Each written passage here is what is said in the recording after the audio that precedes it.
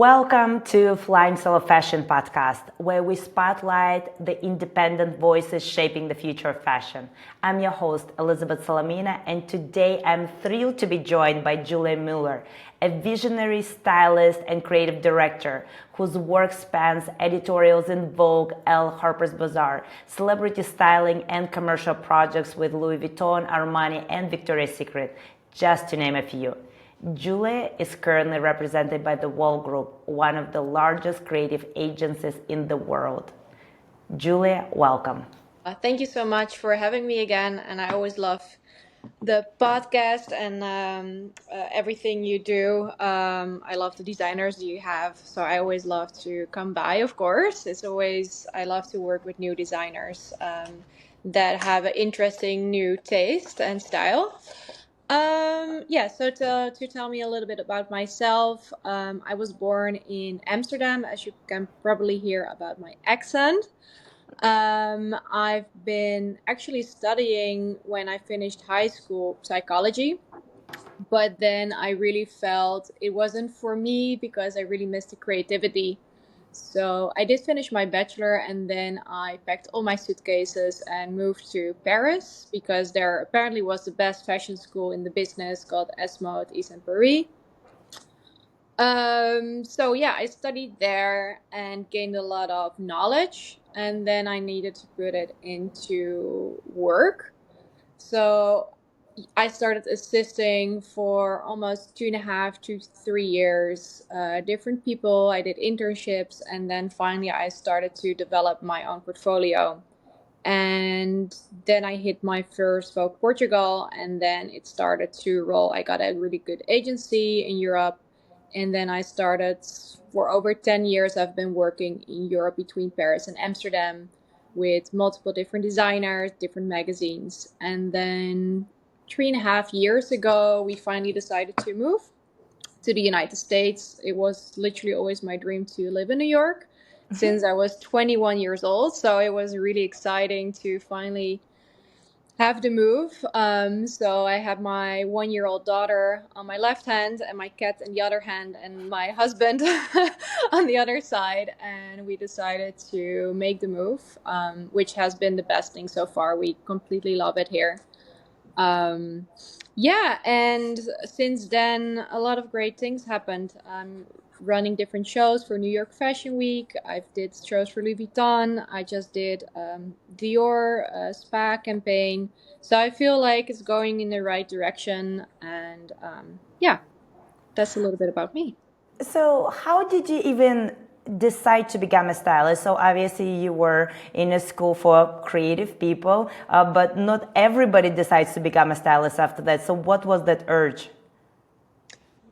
Honestly, since I'm a little girl, I was always experiencing with clothes. I was always the one that wore the weirdest things, and everyone was first like, okay, that's so weird why you're wearing that, and then a month later everyone was wearing it.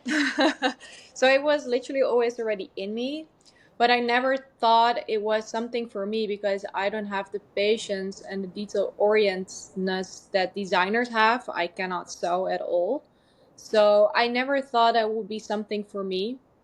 And then I was at a party and I met one creative director from a jewelry brand. I don't even remember the name of the brand, but it was a pretty huge jewelry brand in the Netherlands. And she told me, why are you looking into creative direction or styling? And I didn't even honestly know that was a job because I didn't know, like I wasn't experienced at all. I just always knew I love fashion, but I didn't know all the job titles and what you can do. There's so many variations you can do in this business. And then it immediately spoke to me and I was like, okay, I want to do this. Where should I go? And she said, you have to go to Paris to the school. And like, I was sold. So isn't it funny how sometimes things happen and you didn't even realize it at the moment that is the beginning of your very new career and life path in a way? So it's a very interesting story. So for those people who are looking to start the stylist career, what would you say are the key things that you need to have in order to become one? Well, there are two very important things. The first is you have to completely love it because it's a really, really tough business to get into. So if you don't love it, it's not worth it. It has to be I mean, I love my daughter, of course, more, but it has to be almost like your first love in a way, where you are completely obsessed with clothing, with looks, with if you want a designer or anything in this creative field, a photographer, it all applies to the same passion you have to have because it's incredibly difficult. And I think that also means with my second one is a lot of discipline. If you don't have discipline and perseverance, this is not for you. I've seen it all around me. You know, people who are incredible and they fail, and then you have to get yourself up and keep going and try again or try something different. And definitely in New York, it's cutthroat. So you'll definitely fall down 1,000 times. You'll get a no like 1,000 times, and one time you'll get a yes, and that yes becomes another yes. So perseverance and discipline is, I think, the most important thing if you want to be a photographer, a designer, a stylist, anything honestly that has to do with the fashion industry. Do you remember your very first shoot that you did as a stylist? Yeah, it was so horrible. I actually just had an assistant and she had her first shoot and she was so disappointed. And she's like, "Oh my God, I tried my best, but I really didn't like it." And I said, like, "Honey, it's just a learning process. If I'm gonna look at my first shoot that I did, it's like horrible. But it doesn't matter because it's a starting stone. You know, you have to develop yourself. You have to learn while you're going. The first shoot, you will learn so much, and the second shoot will be a little bit better, and the third will be better. So you'll develop through time. Even now, after 12 years in this industry, I'm still learning every day. And that's the most important thing, that you keep developing and getting better. And yeah. Yeah. Well, do you remember your first Vogue shoot then? You did quite a few Oh, Vogues at this point, yes, so do you remember the first one? I do.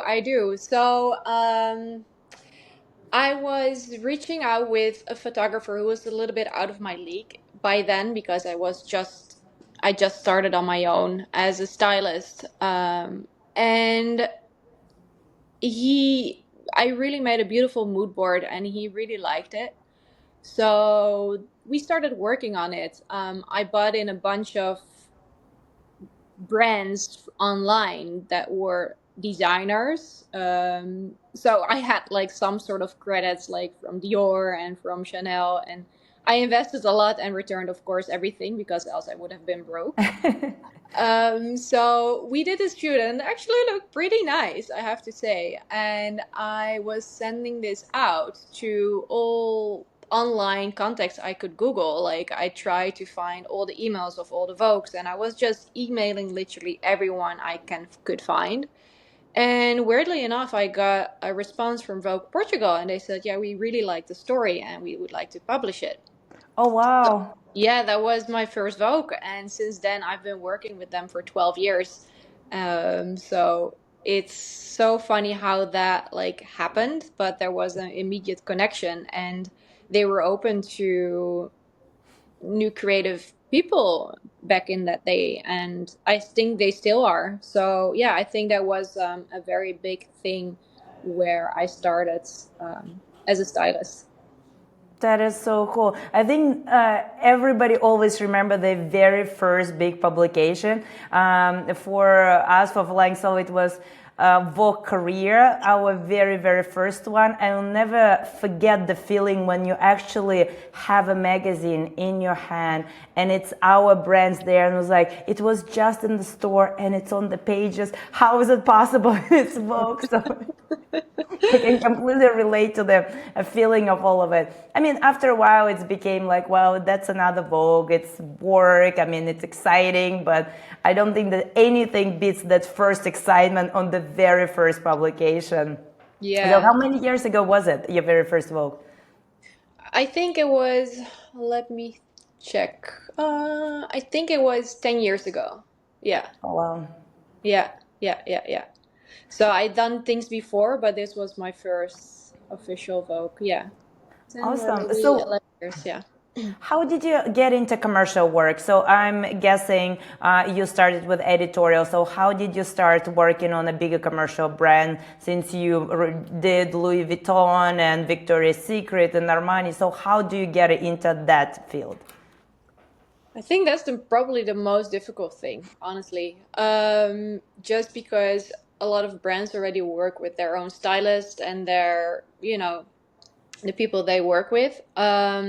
How I started back then, because of that Vogue, actually, I got more into working with high-end magazines, where my people viewed me as like a good stylist, because if you are in those magazines, people think, oh, you're good. I mean, it's kind of weird, but it's how it is, unfortunately. Somebody can be amazing and not be in those magazines. Anywho, so I had some sort of leverage, and I joined with an agency because they saw me as, okay, she has a lot of potential, and this agency connected me to a lot of different brands. And when I moved here, I think it's the same. I'm with the Wall Group, which is one of the best agencies here. And I think they have such a leverage with already knowing a lot of different commercial brands they can introduce you. But at the same time, I would never sit and wait until my agency gives me, the brands. Like some of the brands I did, for example, Dior, like it's through my own connections. So always, try and do outreach, meet new photographers, do new work with new people, have meetings with producers. Yeah, every day is a new challenge. If I don't work, I will work on something meeting wise or connection wise. Yeah, that's how it goes. Incredible. So, share with us a little more on why would a creative person want or don't want to go into working with an agency? Because a lot of a good chunk of creatives, that's their goal, just to be signed by the agency. Another part is against agencies and believe that it's better to be represented on its own. And some are just starting out and really confused about the whole thing. It's like, do you have to be signed with the agency to actually make it, or you don't? And what's the good and the bad parts about the whole thing? Hmm. I think if you are not in an agency and you need it, like good for you, because you'll save 35% of agency fee in total. So it will save you a lot of money. But the thing is, like, if you have enough work and it goes already directly through you, like, chapeau. But I think a lot of times, bigger brands go do outreach to agencies directly because they don't know all the stylist names. They just go to the agency and they're asking, can you give us some names? Give us some hair, makeup, give them some stylist, etc., etc. For photographers, I think it's a little bit different, in a way, and I don't mean it in a bad way. Stylists and makeup artists, they're not interchangeable. It's not what I mean, but they're like, they just want to hear like a bunch of names and then they choose. With a photographer, you're already so specific. They already probably know you before they will ask you. I don't think they'll necessarily go to a photography agency and say, okay, can you propose me a bunch of photographers? I don't think it's that way with photographers. So I think that's definitely a different thing. um, for a stylist, yeah, the plus is that you'll get a lot through the agency. You also have a name because I'm with the Wall Group. People think, oh, she must be good because she's with that agency. So if you're with a good agency that has some sort of name, you already have like some sort of status. But on the other hand, like, I'm doing a lot of communication and meeting with brands and people, and also by myself, So it's a plus and a minus. I think there are good things about it and there are bad things about it. And if you, for example, find a client on your own, do they still have to go through your agency to to work with you? Yes, always. Okay, well, that's, I guess, the downside of working with the agency.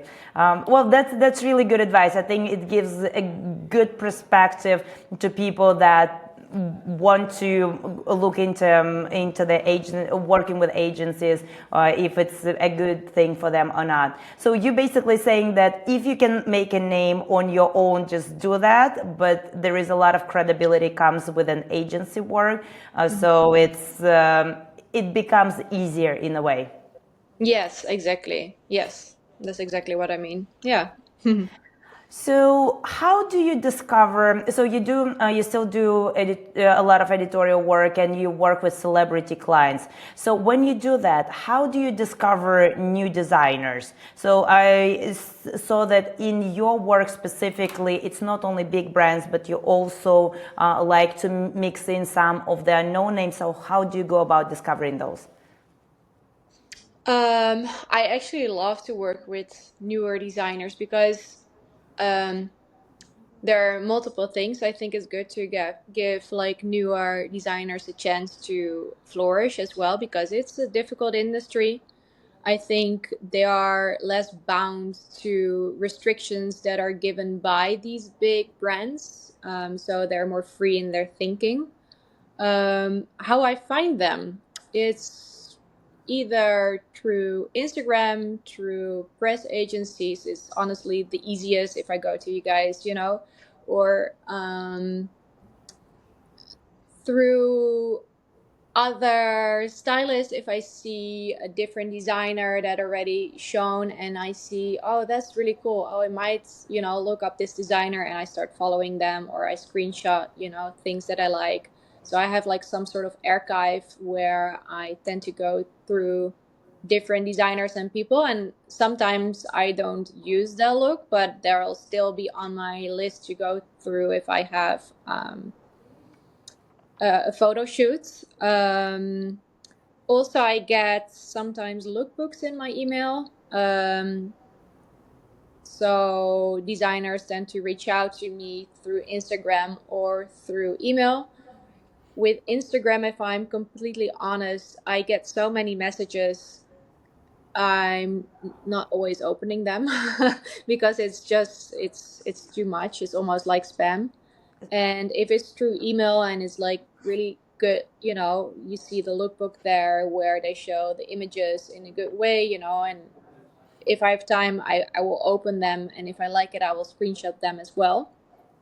So I think through email and like an official form with your lookbook, I think that's the most easiest way to reach out.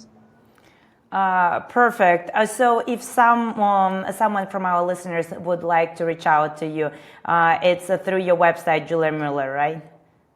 Yes, through my website, or you can email me. It's info@julia-muller.com. Yeah. Amazing. Yeah. And what's the good practices for designers to reach out to you? So it has to be a lookbook. It doesn't have to be your current lookbook. How many looks do you expect in it? Does it have to be clean lookbook, or you prefer more creative ones? So any pointers for designers? Yeah. So I think the most important thing if you're doing reach out as a designer to stylists is you have to look at the stylist style. So if your items are very clean and very simple, go to a stylist who has more minimalistic aesthetic. If a stylist has more bombastic, extravagant, like me, I would tend more to things that have like a really interesting shape or a really interesting fabric or something that is really different, versus a friend of mine who's also an amazing stylist. He is way more minimalistic. So if you have that kind of style, I would reach out more towards those stylists. So I think look who would most likely use you, and yeah, reach out to them. Amazing. What are your don'ts with for working with designers? So, were there any designers that you were interested in working and something really turned you off, or something that designers should not do when working with a stylist? I think arrogance really turns me off. I think also expecting that you'll be used if I will lend the outfit, because I have like maybe 16 to 20 looks on set, and sometimes I will use it and sometimes I won't. I've used many like young designers, but it's not always that I'm going to use the look. So if someone would be, like not appreciative after, or like annoyed, that will be like, okay, I will never work with this designer again, because it's how it goes, sometimes you will use it, sometimes you don't, and the next time I will maybe use it. So it's important to be on the rack of the stylist. It's important that they will think of you. It's important to keep doing outreach and be nice and just be happy to help, and yeah, that's how I think. I completely agree, and that's what we always teach our designers, because, as you know, we work with a lot of really young ones, and sometimes they get impatient and they want everything right away. And if the items is not used, I also believe that the best practice is just to thank the stylist that they took it for the photo shoot, and just let them know that they're always open to another opportunity if you'll be open to that. So I think that's probably the best way to actually be on the radar for the stylist. Am I right? Yes, no, completely right. Yeah, yeah. Yeah, I think it's also important to be willing to invest, for example. So, if I don't have like the budget to do shipping, even though it's like a little bit difficult, I'm not gonna invest in it. So if you're in LA and sometimes there are younger designers and they're willing to do maybe one way, then I'm more likely also to probably use it because they're already invested in it, and I'll feel guilty. So I'll try and incorporate it wherever I can. So yeah, this Uh, also. yeah, that is incredible. So, in general, do you prefer to, like, what's your split? Do you prefer to work with the showrooms, or do you prefer to reach out to designers directly? It's both. Honestly, it's both. Showrooms are always like a little bit easier because you can just go through, just have an appointment, and I'll see just everything hanging there, and I can just already see it like physically. Um, and sometimes when I have a very specific theme and already have like the designer screenshotted, I can ask them directly as well. So I think both. Yeah. Very cool. So, very last thing, what would you tell to young people that want to become stylists? I know that a lot of them are listening to us right now. How should they start? What should they do if they in doubt at the moment? How would they should go about that? Um, I think, um, yeah, I think where we started is like be humble and be willing to do the work. So you have to start at the bottom. Is it You have, assistant job normally, or how do you yeah, start? I think first, honestly, you have to gain the knowledge. So some sort of education is not always necessary because most of it you will learn through assisting. But a lot of stylists won't hire, an assistant who doesn't have any knowledge. So I think probably some sort of education in your field would be good. Not always necessary. Interning would be great to start if you're not doing an education, or either way. I think interning is a good start. Also to see if you like it. I think interning is a good way to dip your toes in the field and see how everything goes. Then you become an official assistant, so you're already going to earn like a rate in styling. I always pay my assistants, of course, so you're already starting this as an official job. And then from there out, it's important to, even though you're assisting, create your own work and start building on your own craft. And reach out to, if you're a stylist, to photographers and who are in your league. Don't go like to like a Ben Hassel, like the most, famous photographers, because they're likely not willing to work with you if you're on assistant level. But reach out to, if you're on a set with the stylist you're assisting. That's how I did it. I reached out to the assistant photographers who are also, have the drive to go somewhere, and they will get there. So you grow together. Like the people that I've worked with who assisted in that time are now, they work with Lady Gaga. So, you have to build yourself up. And if you're in the same, if you connect with some people on set, keep working with them, keep working on your craft, and build yourself up to become your own stylist. And then it's also being a risk, start doing it your own. Like maybe stop assisting at some point when you're fed up with it, and invest everything in yourself if you can, because of course America is a very expensive place to live. But yeah, try and reach out to different brands, start doing e-com, get yourself in with producers, that kind of stuff. So keep developing yourself, and building on your craft, and after a while, take some risks as well to reach out to better photographers, to better clients. And you can always get a no, but you can also get a yes.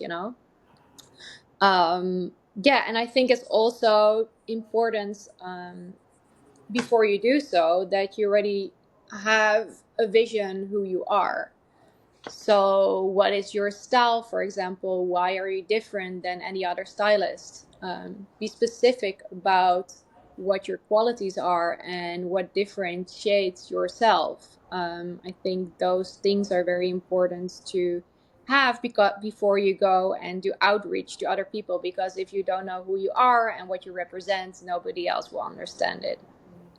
Oh, Julia, thank you so much. It's such an incredible advice. I really hope that people that are aspiring to be stylists will take it to heart and really listen to what you had to say, because it's not an easy thing to be in creative field, and it takes a lot. I think it takes your entire soul to be there. And I truly agree with you that you shouldn't go into creative fields if you're not 100% into the whole thing. It has to fulfill something deeper in you, and only then you can become a really good stylist. Yeah, exactly. And I wish everyone who's listening the best of luck. Honestly, if you have any questions, I'm always, happy to help out wherever I can. Either if I'm gonna read it, you can always try, hit me a DM. It's Julia Muller Styling. If not, hit me an email with info@julia-muller.com. If you have any questions, I'm always happy to help out wherever I can. Well, Julia, thank you so much for joining us. Thank you. Thank you too.